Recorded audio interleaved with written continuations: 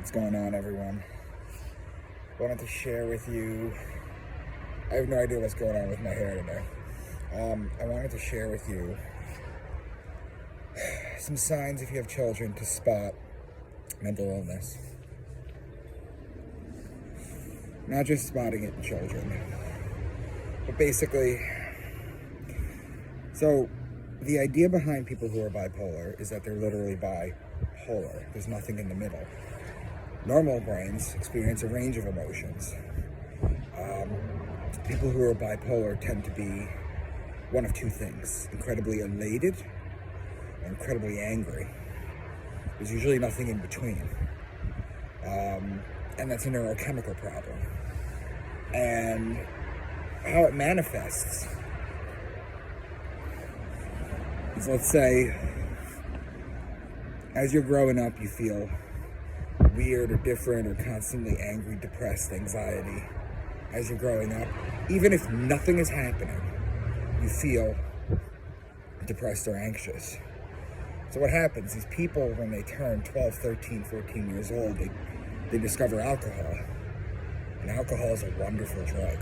What alcohol does is it makes you, after a couple of beers, suddenly you're not so introverted.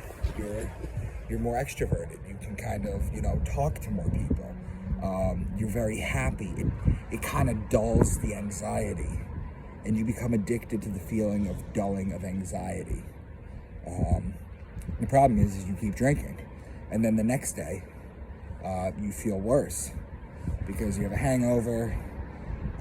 It's not so bad when you're younger, but as you start pushing 30, 40, that changes. And what really happens is you become addicted to the numbing feeling. And these are the kind of people who, they discover marijuana at that age, but they don't have control of their thoughts, so they get super paranoid. They turn to alcohol. And alcohol is a crutch for them for many, many, many years. Now, full-on signs of mental illness tend to manifest themselves in late teens, early 20s. Your schizophrenias, your bipolars, your borderline personality disorders, things of that nature. And these are self-medicating people because they don't know better. Now, you can put a 5-year-old on Ritalin, but you can't give them antidepressants. And whatever your thoughts on antidepressants are, just know this: nothing in the world is cut and dry. Antidepressants are not the answer for certain people, but they are the answer for other people. Now, what happens is you turn, to your teenage years, is you're still messing with alcohol. You're still addicted to that numbing anxiety. Just you get a reprieve, you get peace, you feel elated, you're talkative. And a lot of these people with mental illness are just looking for a connection. They're just looking for a connection. They're looking for a significant other to love them. They're just looking to be loved. And again, they turn to drugs or they turn to alcohol. And it turns out that alcohol is the cause and the reason for it all. Because what happens is, when you start going out into the sun and you start meditating and you start fire gazing and you quit alcohol, it's hard at first to quit alcohol, especially if you have mental illness. In fact, it's so hard that you can't even bring yourself to go to a bar with your friends because you don't want to be tempted. That will fade after a few months. Okay? It is totally fine to just stay in your house and just detox yourself. You have to find things that you're passionate about. What it boils down to is that a lot of these kids are not treated the right way, and they don't know that they need to find their purpose in life. They don't have a purpose in life.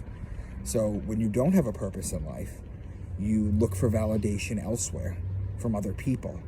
And a lot of people do that through sexual activity because they think that's a validating thing, and it's not. It's not.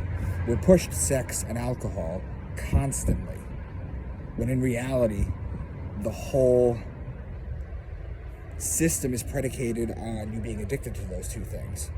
When you get off of those things, you find that things are better, then people, they can start appreciating marijuana better, because then it gets them creative and they have control of their thoughts.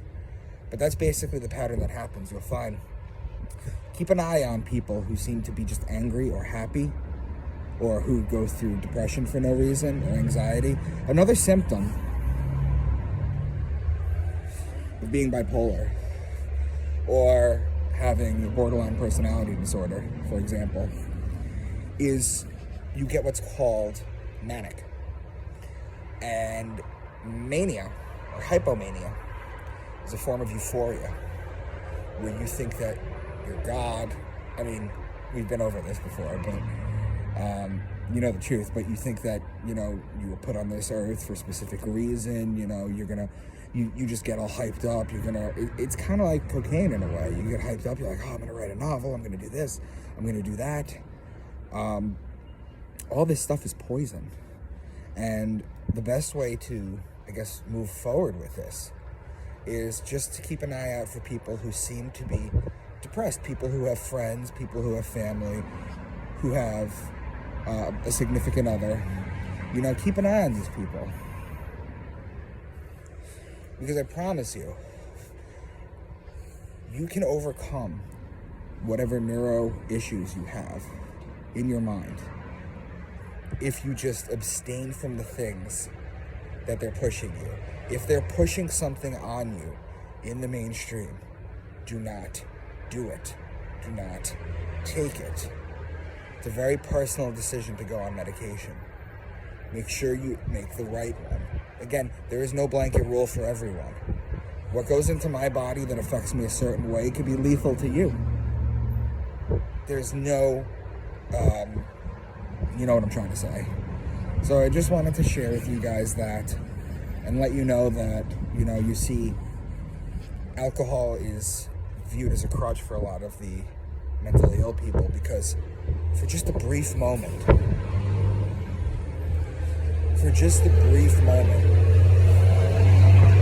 it absolves you of your feeling of insecurity, of your feeling of shyness, of your feeling of just that crippling anxiety.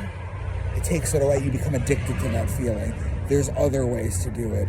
And I have been counseling certain people who reach out to me through email or on social media on how to better themselves.